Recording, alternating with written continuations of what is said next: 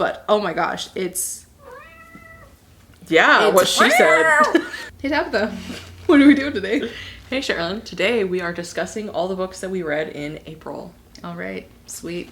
Cheers, besties. All right, all in all, I feel like April was the longest month of my life. It really was. It was a long month. I'm like, did I read that this month? That happened this month? Good luck to our brains in this conversation. Yeah, some of them, they feel like they were forever ago. Yeah. So, it's really weird. But yeah, that is what it is. Mm-hmm. We liked our structure that we did last month, so we're keeping the same structure. Books we didn't like, books we liked, books we loved, favorite book at the end. All right, so books we didn't like? Yeah. So we both didn't like this book, Full Moon. God golly, I wanted to pull my hair out. I did warn you that this is the worst in the series. I knew, yes. Yeah. I did know that it was going to be awful, and it was. So this was a reread for me. I'm rereading the series while she's reading it, and I'm loving it, other than this book. And this book is extra bad on audio. It's so cringy. It's extra bad on audio, too, because there's a lot of mouth noises that are happening. The editing on it wasn't great in that sense, and so it is also the worst in this book. So not only do you have the most cringy of the books, you also have mouth noises on top of it. So that's fun. But I was also, like, doing this while getting my house ready for my mother-in-law to visit, and so like cleaning and stuff, so I had to do the audio. Yeah, it would just, I mean, it's our wizard detective in Chicago. This was a werewolfy one. And like the mystery itself wasn't bad, it was just the characters, I think, were very cringy. This is like peak. So there's one thing to know about Harry Dresden, the Dresden Files, and it's often viewed negatively in the sense that the character starts off being very milady. He very much has that kind of attitude, and the first thing he notices about women are going to be like their sexuality, their chest, their ass, like whatever he's even noticing. on a dead body. Even on a dead body, that's the first thing he notices. So it gets a lot at some points. And this is like the peak level of that.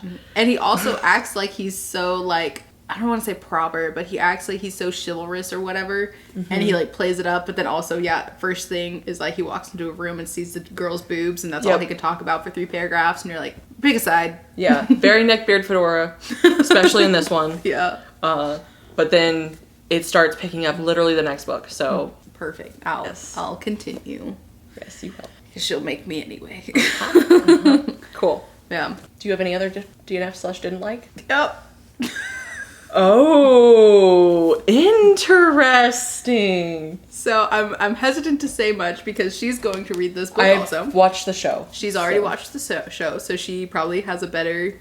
I went in blind, like I always do. I didn't really have any expectations for it. Which is why I was also surprised you wanted to read it so much. I don't know why I was so intrigued. It's because the pink. The 10th anniversary with the like neon pink edges and the pink foil, it was gorgeous. And I was just like, mine. It just felt like your typical sci-fi story. There wasn't anything like emotionally compelling about it. There weren't any real themes that I picked up on. It was very much just like, here's a situation in space, is what it felt like. In the beginning, I was intrigued. It's dual POV, and one of them is a detective, and I loved my detectives. And then the other one is like a space traveler. Everything's in space. They are in the solar system, and it didn't give me enough. And at one point, it started to turn kind of zombie apocalypse-y, and I am not into that at all. And then I had a real hard time coming back from that. I don't think I'll continue the series, straight up.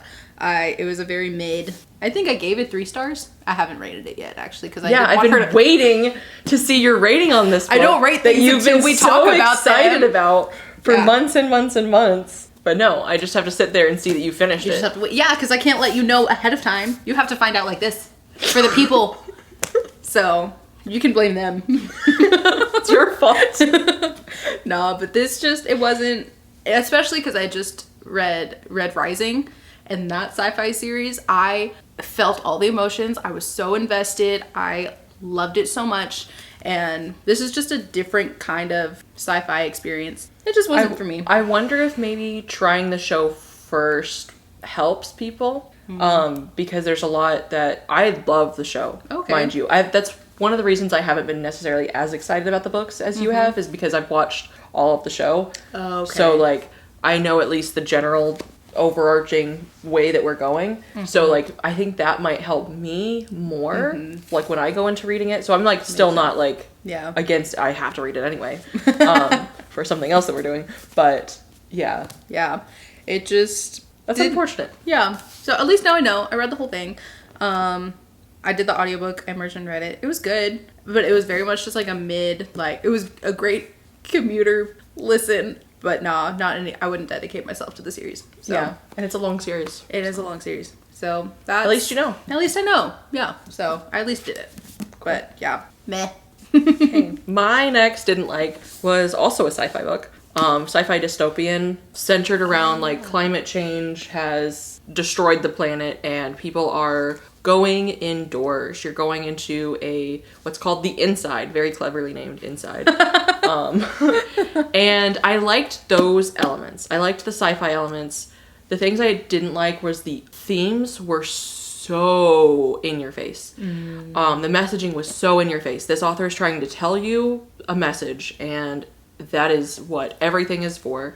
And that's fine, but it's very, very much, it's just super telling you what to think. And it's very much, and I agree is the thing. I agree with the messages. And I teetered on whether this was going into liked or disliked, but the messaging is just it's so in your face. It's every single sentence has parts of the messaging, which, like I said, I like the overall messaging. However, it just crossed that line between enough and too much. So to where I don't think I would like, there's no one I would specifically recommend this to. So didn't like that one. Do you have any others you didn't like, or was it just that one? Just that one. Okay, well I have two more. Don't Let the Forest In. Aww. I liked the idea of this. I didn't like the execution. Very YA. Knew that going in. But the characters don't feel like people. They feel like more of the contemporary YA style of like, I'm so quirky. I'm so different. Everything about me is unique and everybody else sucks. And I don't vibe with that at all. And then it does that thing where it's like trying to be poetic, but it's just like notes app poetry. I don't know what to tell you. It's just, I didn't like it. I liked the idea of like being able to draw characters and they come to life. There were some cool ideas in here. I just wish that the characters were less cringe. That's fair. Darn. And the book is pretty too. It's very pretty. The last one is The City of Brass. And I was torn. This is another one I was torn between liked and didn't like, but I am putting it in the did not like because same situation as the last one. The characters have some really unnatural moments. I guess I was telling you this earlier. Where one character says like, oh, my mom was this, like, oh, my mom was a good cook. And then like normally you would assume, you would make the assumption my mom was, you know what that means generally. But then the other character flat out asks, was. She doesn't have anybody around, and the people that she interacts with also have a lot of loss. So you would think that she would know, as someone who's supposed to be 20 years old, what the word was implies. But then she goes, was, and then he responds like, bro, she's dead. And she's like, oh, like, I didn't. I don't know. It's just that's so nitpicky. But like, there's a lot of moments like that feel very unnatural to the characters. Gotcha. That really teetered me on that. I have heard the books 2 and 3 get better, so it's like borderline liked and disliked, where I will continue it to see where we go. I liked the world building. I liked the magic. There were elements that I liked, but I would say overall, I don't recommend this book. So. Okay. All right. On to better things. Yay! Books we liked. I forgot digital books before we get into that. 2 books that I've already unhauled. I didn't like them so much. Nothing More to Tell. I used to read a lot more YA, mind you, and I don't have a problem with it. It's just the themes they generally are almost always self-discovery. And if it's self-discovery, I don't like it. Because I've seen it so many times. And so this Nothing More to Tell, the characters, again, they feel very very YA characters, all of that. If you like YA, some of these YA books that I mentioned, they might be good for you. But in my phase of my life, they are not. And then the last one I didn't like was Sharp Objects. Oh, yeah. I really thought I was going to like this because I liked Gone Girl a lot. I didn't like this at all on any sense. I didn't like any of the characters. I didn't care about anything that was happening ever. It was boring and I don't recommend it. All right, enough said. All right, no, cool. Yeah, I don't read as much as she does. My liked books, I read The Ninth Reign, so it's the start of the trilogy, and I had a good time. I had to reflect on it because I was so distracted when I read it, because I had like so many books happening at once and like whatever. I was so distracted when I read it that I didn't fully appreciate it as I was experiencing it. So then when I finished it, I was like, yeah, I mean, that was cool. That was good. And it's one of her favorite series. And so I'm over here like, you know, mid. And it's she's like right. dying inside. And so then like I had to think on it and kind of reflect on it and sit with it for a little bit to be like, okay, no, that was a cool story. That was a cool concept. She did some things very originally. And I want to keep going. I do want to see what happens next. There were some things I saw coming that happened, but I wasn't mad that I could see them coming. I just felt like good about myself that I was like, oh yeah, I picked up on it. I knew. So yeah, there was a lot. I did like the characters. I did begin to grow emotionally attached to them. But yeah, I was in the wrong headspace reading this, so I didn't fully get all the way immersed into it. But it's definitely good and unique and cool, and I do want to keep going. So it's in the like category for now, but I expect if I, actually give it my full attention, moving forward, I will probably enjoy it a lot more. It's also okay for you to like a book that I love. I'm just saying, there's a good, I think I would have appreciated it more if I hadn't been so distracted reading it. And so I think I will get there in the next books. Sweet. Because it did have a lot of elements that I appreciated in the moment. It was like, oh, that's really cool. Like, oh, I want to see more of that. Like, oh, I like this, whatever. And the way she has like vampires and witches and even aliens, but she does them in such a unique, like fresh, original, her own way that it doesn't feel like the pop culture version of any of those things. Like the characters and the aspects that are vampire, witch, alien, whatever, feels so different from, like, it's not Twilight vampires. It's not any sort of witch. I can't even think of any witches things. It's not Harry Potter. No, like she does her own thing, and I really appreciated that. And so the characters just feel very different. I don't know how. Very novel. Very novel. What a novel concept. Anyway, so that was good. The other book I liked. I did really like it, but I didn't love it as much as I loved my loved books. So it's I'm Afraid You've Got Dragons, and this is so cute. It is a fun, lighthearted, witty, fairy tale-esque book. It's about a dude who is a dragon exterminator, and it's so cute. And we have just kind of like those classic archetypes of like prince and princess, like royalty and commoners and whatnot, but done just so like whimsically and with humor. And it's a good, easy read, palate cleanser or cozy read even. Definitely good for the family. I recommended it to one of my coworkers to read with her 10-year-old. It's a really cute, good book. So love the whimsy. Yes. Okay, so my liked books. Emma in the Night. This is a thriller where two sisters go missing, and this is borderline love. Okay, I will say this is borderline love. Two sisters go missing at the same exact time. One of them comes back and wants to help get the other one. So there are lots of twists. There are lots of turns. I had a grand old time. There are lots of interesting family dynamics. And I was about to say I love it. So maybe this was the wrong category to put this. I don't know. I borderline loved it for sure.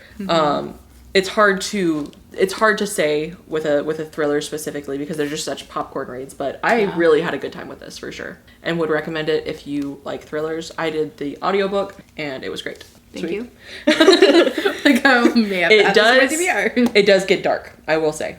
There are some very dark themes and elements there. The night is dark. The night is dark. Next, I really liked The Adventures of Tom Sawyer. I have never read. What a cool. Mark Twain, sweet. Well, to be fair, I read this with my workbook club. That's right. So there is that. I would have never picked this because I just am not interested in Mark Twain stuff. But you know, I had a decent enough time. Sweet. Following the little adventures of Tom Sawyer. There were definitely some problems, obviously, based on when it was written, but you know, you can't really fault it for that all too much. But yeah, I had a decent enough time. Cool. Just gonna pile them on you, I guess. They're mine now. Third rule of time travel. This is also borderline love. The problem is I had to differentiate somehow between liked and loved. This, if you like Blake Crouch, you're probably gonna really like this. It's very much a sci-fi thriller. So I guess you can also probably borrow this one. But they invent a time travel machine where you can go into your own brain for a brief amount of time, and you can't really do anything there. Okay, so you can go back in time, and once you've gone there, you can't go back. So you can only go there once, and you can't do anything. I'm not going to tell you any more than that, because this is something you need to experience for yourself. Oh yes, the 3 rules. You can only travel to a point within your lifetime. You can only travel for 90 seconds. You can only observe. The rules cannot be broken. Dun, dun, done. Lots of corporate greed, lots of things in here that I very much enjoyed. Huh. Adding these to my TBNI. Very much had a fun time with that one. Summer Night. This is book 4, so book 3 is coming up into the loved section, but this is book 4 in Dresden Files. Won't get into what this is because spoilers. But we're following same series as Full Moon. We're following Harry Dresden. It's toned down a lot more by this point. We're starting to see the grander scope of the world starting in book 3, which we'll get into. But this one, we're expanding. We're constantly expanding. Sweet. And then last book in the liked categories. I don't know why I'm just piling you, but yeah, they're mine now. All of that is just happening. Last book in the liked category for me is Firestarter. This was a really interesting Stephen King entry. It was probably my least favorite that I've read from him, but I still really liked it. I love an institutional setting, and we've got a girl who has fire powers. Her parents were experimented on. They partially consented to this, but only in the sense that they thought they were doing something for something else. So her parents got some powers. They blended. Made a baby.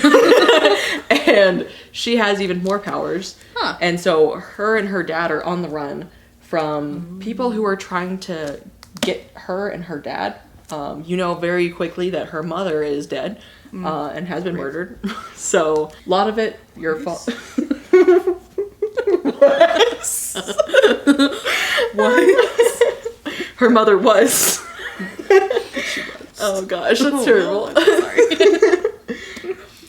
Yeah, but very interesting. But still, there were some slower moments. That's why it's more in the liked section than the loved section. And the characters weren't like that super crazy unique or anything. So while the magic system was cool, and I was like, is this kind of, because they've got like some telekinesis and stuff. I was like, I wonder how related to Carrie it is, but I don't really know because I haven't read Carrie, so I just know that there's some telekinesis in that. Huh, fascinating. Yeah, and in Stephen King's books, they do kind of have they have the universe. same world. Yeah. So that's the end of the liked Here we go. section. Take my books back. Now we've just got loved and then favorite books. All right. Dang, I don't even know where to start. Let's see, chronologically. I finished the Red Rising series this month, and oh my goodness gracious, I love it so freaking much. If you want all of my thoughts, we did a review on the first 3 books of the series. Spoiler-free review. Spoiler-free, so you can go check that out to hear everything I had to say, because I loved it, and I had just so many thoughts. Yes. Beautiful. Yeah. And then I also read God's Grave, which is book 2 in the Nevernight Chronicle, and it was fantastic. Ooh, I love this character, and I love Jay Kristoff's writing, and I love the direction he took this book. It had like gladiators and more fighting and more blood and guts and violence. We love that on this channel. We really do. And I see a lot of, I picked up on it. It was evident in book 1, but I see a lot more of the like Italian and Roman influences in book 2. And I really like that because I think a lot of fantasy like starts to have just sort of the same feel, the same influences. And so him using like Italian, Roman, I haven't seen that. Funnily enough, Red Rising actually has a lot of Roman influences. Roman Empire. But this was, oh yes, I just love Kristoff's writing. So that was fantastic. My loved books, Grave Peril. This is actually hilarious to me because I don't know who I was the first time I read this and gave this a 2-star. Excuse me, I don't know what happened because I reread it this time. Loved it. And this time I loved it. That's so funny. I was telling Scott, my husband, I was like, I can't believe that I gave this, and he was like, thank God, because the first time we read this and you didn't like it, I didn't know what was happening. He's like, did I make the right decision? I don't know, but I loved it this time. Yay! This is where we really, really start expanding the world. Ooh. We start to see glimpses of where we're going with this series. Oh, that's exciting. Love it. Okay, that gets me excited to keep on with that series since Full Moon was so difficult. It's not great. And you have to put your rose-tinted glasses about Harry sometimes still, like even throughout the series. There are gonna be moments. Sometimes it comes back. He's gonna be a little neckbeardy at times, and you just have to just take that from your brain, and you have to just go on. Just plow through. It'll never be as bad as Full Moon. At least there's that. There's a couple moments though that are definitely upcoming. I don't know when they start. But oh no. It will be there. Anyways, next we got a bunch of Naruto books at Half Price Books. So apparently I'm reading those now. Yeah, my favorite thing this month was just like randomly she started adding those on her like currently reading. And I was like, huh? Should we talk about this? We're just casually just Naruto. Yeah. Like, okay. It's just like a 72 volume series, whatever. Just started. Read 1 through 6. I have watched all of the show, Naruto and Shippuden. So I know where we're going, but it's fun to see. Also, if you've watched the dubbed and have you watched this? Mm-hmm. You know how he says, finished Shippuden, but I've seen. You know how he says, believe it! Like yes. 20 million thousand times? Yes. Not once. Yeah, it's something. Not once is it in here. I can't remember what the Japanese is, but yeah, it's just like his tagline. Yeah. Which is translated, it should be translated to, because I've also done research on this. I was like, okay, what is going on here? Yeah. Because that's so funny that it's not even even in here. Not the, not believe it, none of that is in here. So that's really funny. Damn.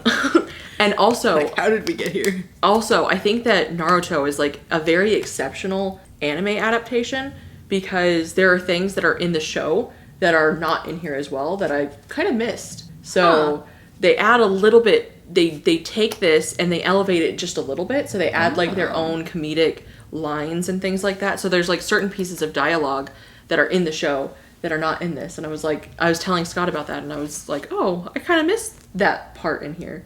So yeah, that was interesting to know. Hi! We has cat now.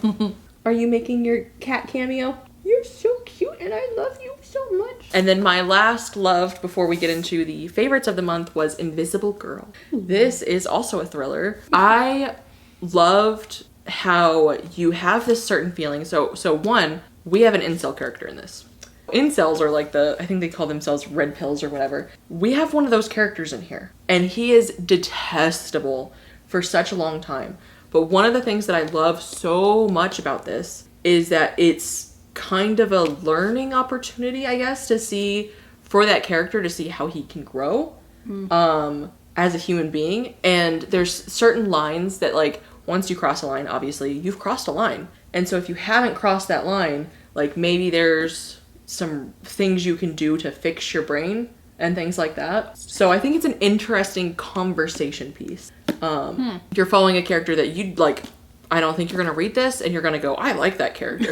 No, you're not going to. It's a very unlikable character, but you can and there are problems still with it. Like there are certain things that get resolved with this character that I didn't love, but there's also like some good twists and turns. Basically, this girl goes missing and this person is accused of doing it. This person who everybody views as gross and disgusting, and he is an incel.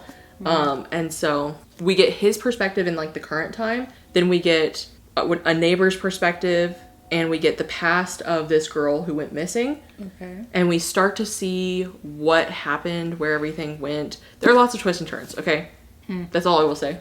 Interesting. I'm gonna stop yapping about this. Cool. But yes, lots of twists. Yes. And turns. Cool. So favorite book of the month. Okay, this was a very tough decision for me because, as you saw, I finished Red Rising and I read God's Grave, which is book 2 in Nevernight, and I loved those. However, I loved this one even more, and it is Project Hail Mary, and oh my gosh.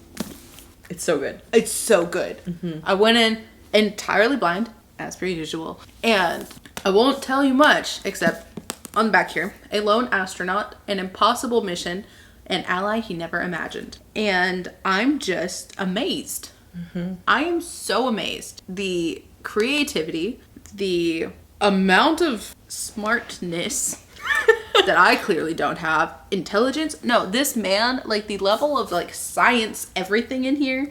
This is, I think it's considered hard sci-fi, where it's like real science and math and things. Like it's not just out in the universe, solar, whatever. Like there's like, apparently there's levels of sci-fi, and this is the one that like goes deep in the science and the math, and he conveys a lot of that, like straight up, like here's the math I did, here's the science, but like you actually feel smart reading it. At least I did. I didn't feel dumb. It doesn't talk down to you at all. No, he was just like doing this crazy math in his head and just figuring things out and whatnot, and you're just like, oh, I feel kind of smarter for that. Like I didn't feel dumb at all. But oh my gosh, it's what she said.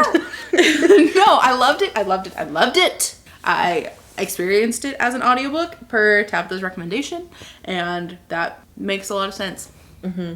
When I read it, I immersion read it, and that was it's a fantastic audiobook. He does so well. I have only good things to say. Yep. It was amazing, and I want everyone to read it.